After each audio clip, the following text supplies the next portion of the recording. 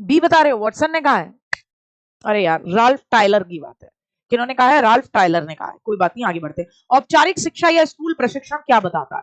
आपको स्कूल के अंदर जो ट्रेनिंग दी जाती है, फॉर्मल एजुकेशन जो दी जाती है, वो क्या बताती है? फटाफट से बताएंगे।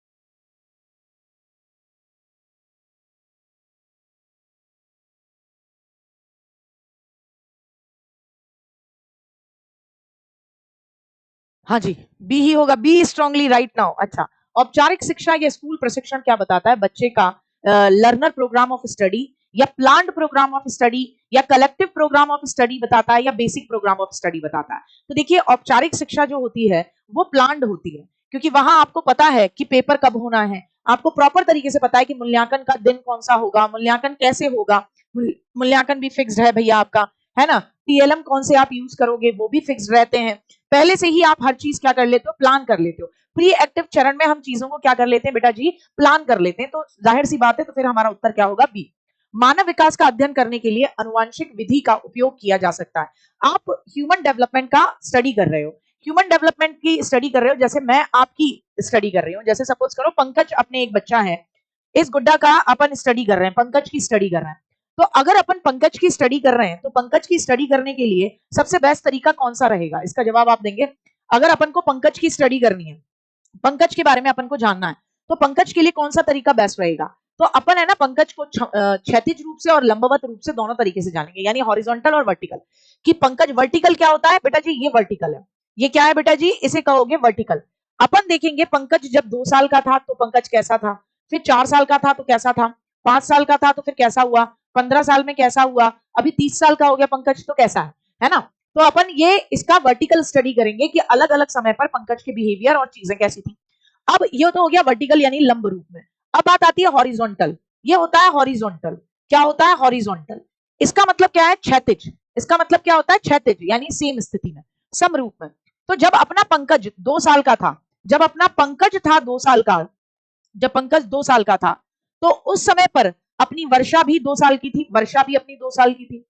अपना टारगेट गवर्नमेंट ये भी 2 साल का था, टारगेट गवर्नमेंट वो भी अपना 2 साल का था। अपनी रेशु, रेशु ये भी 2 साल की थी। अब सेम टाइम पे अपन इनका सबका अध्ययन कर रहे हैं, है ना, कि ये 2 साल में कैसे उसमें थे। तो इससे हमें पता पड़ेगा कि पंकज अपना वर्षा, टारगेट गवर्नमेंट जॉब, रेशु के मुकाबले में 2 साल की स्थिति में कहाँ वो करता था, रिप्रेजेंट करता था खुद को, कहाँ बिलोंग करता था। तो इसे आप क्या कहते हो? फिर आप इसे कहते हो क्षैतिज। और ये है कि केवल इसमें वर्टिकल में केवल पंकज की ही जीवन के अलग अलग चरणों में क्या वृद्धि, क्या विकास रहा वो चेक करना है। और यहाँ पर क्षैतिज में हमें ये देखना है कि पंकज बाबू जो हैं वो अलग अलग स्थितियों में किस स्थिति में थे। ठीक है ना साहब? क्लियर हुआ? क्लियर हुआ मतलब यहाँ पर सेम टाइम पे अलग अलग बच्चों के साथ उनको कंपेयर करना है, तो दोनों ही करेंगे हम। सीमा हर पार्ट को बहुत जल्दी सीख लेती है, जबकि लीना इसे सीखने में ज्यादा समय लेती है। तो ये विकास के डेवलपमेंट के किस सिद्धांत को बताता है? एक व्यक्ति जल्दी सीख रहा है, एक व्यक्ति देर से सीख रहा है।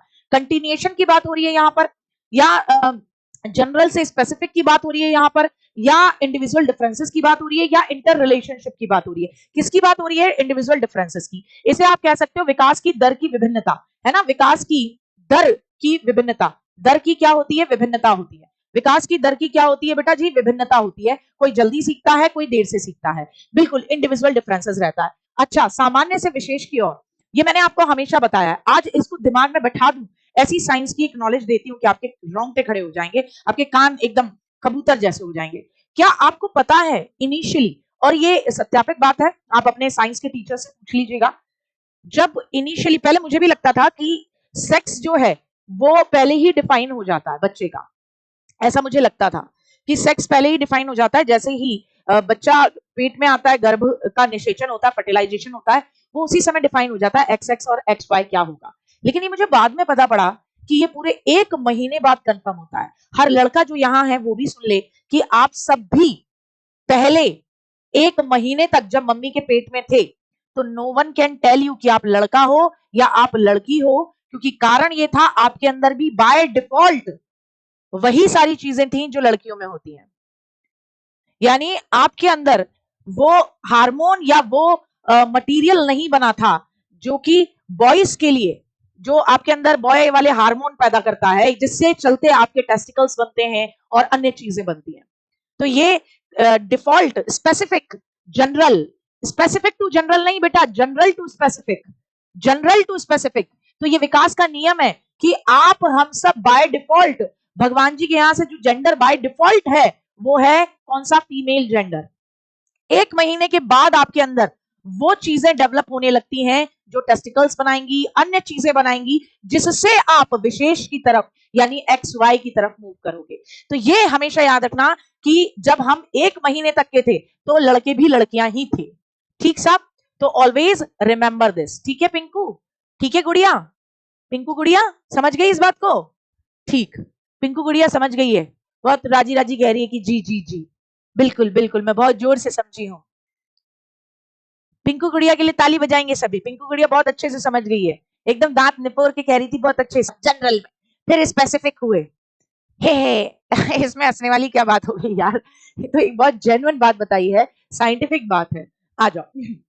वेट लिफ्टर पहलवानों को आमतौर पर मांसपेशियों और शरीर को पुष्ट बनाना होता है, उन्हें किस प्रकार का आहार लेना चाहिए? तो जितने भी वेट लिफ्टर हैं, बढ़िया तरीके के पहलवान टाइप के जो लोग होते हैं, उनको पता ही है मांसपेशियों और शरीर को पुष्ट बनाना होता है। तो किस तरीके का आहार लेना, बता।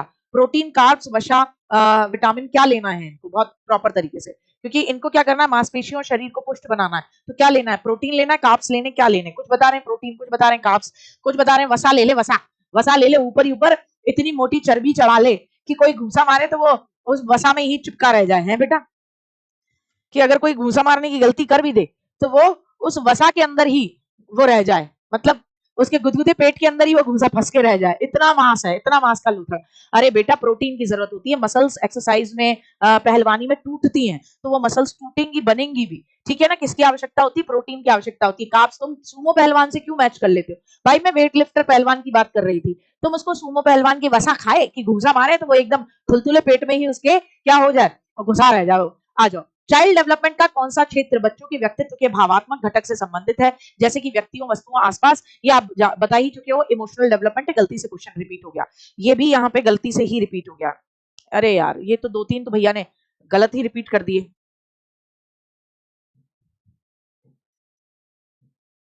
आ जाओ, यहां तक का हो गया, ये गलत तरीके से आ गए, ये रिपीटेड हो गए, सॉरी माफी चाहूंगी। लॉरेंस कोलबर्ग ने तर्क दिया है कि, लॉरेंस कोलबर्ग ने तर्क दिया है कि, क्योंकि मैंने जब चेंज कराए थे ना, तो उस चेंज कराने के दौरान में भैया ने ध्यान नहीं दिए, तो कुछ क्वेश्चन रिपीट ले लिए हैं, कोई बात नहीं, हो जाता है। लॉरेंस कोलबर्ग ने तर्क दिया है कि, क्या तर्क दिया है इसका जवाब देंगे। क्या तर्क दिया है, बच्चों में नैतिक विकास निरंतर रूप से होता है, बच्चों के नैतिक तर्क में सांस्कृतिक अंतर होते हैं, नैतिक विकास सिक्वेंशियल यानी प्रोग्रेसिवली स्टेजेस में होता है, बच्चों के नैतिक विकास में लिंग भेद होता है। तो बताएंगे क्या होता है, लिंग भेद होता है, नहीं साहब लिंग भेद नहीं होता। नैतिक चरण में सांस्कृतिक अंतर होता है, नहीं। इसी बात की तो उनकी, इसी वजह से इनकी आलोचना होती है, इसी वजह से क्या होती है, इनको आलोचना होती है, इसी वजह से लोग इनकी आलोचना करते हैं। नैतिक, बच्चों में नैतिक विकास निरंतर रूप से होता है या नैतिक विकास चरणों में होता है, इनकी थ्योरी चरणों की है, निरंतर तो ये कह ही नहीं सकते। जो भी बोल रहा है ए, वो एक बात बताओ, मैंने एक जगह पे आपको लिखाया भी है कि कोलबर्ग हो, क्या लिखाया मैंने आपको स्टेज थ्योरी के बारे में, कि कोलबर्ग हो या कोई भी हो, है ना, क्या बताया यहाँ पे मैंने आपको लिखाया है कि भैया आपको चेक ही तब करना है, इसीलिए कहती हूँ बहुत ध्यान से समझा करो, जब कहा जाए प्याजे, कोलबर्ग, फ्राइड, है ना, तो इन लोगों ने जिन्होंने स्टेज थ्योरी दी, ये क्या कहते हैं, विकास अनिरंतर होता है। तो ये कैसे संभव है कि इनके में हम ये कह दें कि विकास निरंतर होता है, तो नहीं बोलेंगे भैया, कोलबर्ग तो कह ही नहीं सकते कि विकास निरंतर होता है, कोलबर्ग के अकॉर्डिंग तो विकास अनिरंतर है, तो ये तो कट ही गया यहाँ से। तो विकास क्या होता है, सिक्वेंशियल वे में होता है। आ जाए, कोलबर्ग के नैतिक विकास के किस चरण में व्यक्ति का नैतिक व्यवहार मुख्य रूप से इस मानसिकता पर निर्भर करता है कि लोग मेरे बारे में क्या सोचते हैं। बच्चे का पूरा फोकस इस बात पर डिपेंड करता है कि लोग मेरे बारे में क्या सोचते हैं। तो आपको बताना है, आप सब जानते हैं कि जब भी हम कोलबर्ग की बात करते हैं तो हमारे सामने आते हैं, क्या आते हैं बेटा जी, 3 लेवल आते हैं, यानी 3 स्तर आते हैं हमारे सामने, और 6 स्टेजेस आती हैं। क्या आती हैं, 6 स्टेजेस, यानी 6 अवस्थाएं आती हैं। है ना। और इनके सिद्धांत को आप स्टेज थ्योरी कहते हो। क्यों कहते हो भैया? क्योंकि इन्होंने चरणों में, अवस्थाओं में इस बात को बांटा है। इन्होंने 3 जो लेवल बताए, पहला बताया प्री कन्वेंशनल। क्या बताया? प्री कन्वेंशनल यानी पूर्व पारंपरिक अवस्था। फिर उसके बाद इन्होंने बताया कन्वेंशनल स्टेज, जिसे इन्होंने पारंपरिक अवस्था का नाम दिया है। और फिर इन्होंने बताया है पोस्ट कन्वेंशनल स्टेज। क्या बताइए बेटा जी? पोस्ट कन्वेंशनल स्टेज बताइए। प्री कन्वेंशनल स्टेज में नैतिकता परिणाम पर आधारित है ना, क्या रिजल्ट आया, परिणाम इंपॉर्टेंट है। यहाँ कन्वेंशनल स्टेज में समाज पर आधारित है, समाज इंपॉर्टेंट है यहाँ पर। और पोस्ट कन्वेंशनल में क्या इंपॉर्टेंट है? तो पोस्ट कन्वेंशनल में जो चीज इंपॉर्टेंट मानी जाती है वो ये है खुद का विवेक, स्वयं विवेक। यहाँ पर बच्चा खुद से डिफाइन करता है कि किस चीज को उसको एक्सेप्ट करना है और किस चीज को नहीं करना। तो कहां पर बच्चा सोचता है कि लोग मेरे बारे में क्या सोचेंगे, लोग मेरे बारे में क्या सोचेंगे, लोग मेरे बारे में क्या सोचेंगे, कहां पर डिपेंड कर रहा है? उत्तर पारंपरिक यानी post conventional, non conventional, pre conventional या कन्वेंशनल। तो जाहिर सी बात है कन्वेंशनल स्टेज में, यानी जहां पर पारंपरिक या परंपरागत या नैतिक अवस्था जो होती है, उसमें व्यक्ति के लिए मैटर करता है कि लोग मेरे बारे में क्या सोचेंगे। तो वो इस स्टेज में फोकस करता है कि लोग मेरे बारे में क्या सोचेंगे। तो समाज ज्यादा इंपॉर्टेंट यहाँ पर हो जाता है। लॉरेंस कोलबर्ग के सिद्धांत के बारे में कौन सा कथन सही है? आपको बताना है सही स्टेटमेंट कौन सा है। ये नैतिक तर्क पर संस्कृति और जेंडर के प्रभाव को फोकस करता है। क्या आपको लगता है जेंडर के प्रभाव को फोकस नहीं किया, इसीलिए तो इनकी प्रिय स्टूडेंट कैरोल गिलिगन इनके लिए बहुत ज्यादा गुस्से में थी, इनके सिद्धांत की आलोचना कर देती हैं वो। तो बताएंगे, आगे बताएंगे। ये बच्चों में नैतिक विकास की प्रगति की सटीक अवस्थाओं को निर्दिष्ट नहीं करता। ये सटीक स्टेजेस को, कि किस अवस्था में कौन सी बच्चे की प्रगति कैसे हो रही है, उसको नहीं शो करता। ये प्रायोगिक विधियों द्वारा किए गए अध्ययन पर आधारित है, या ये बच्चों को दुविधात्मक स्थितियां प्रस्तुत करता है? क्या रहेगा?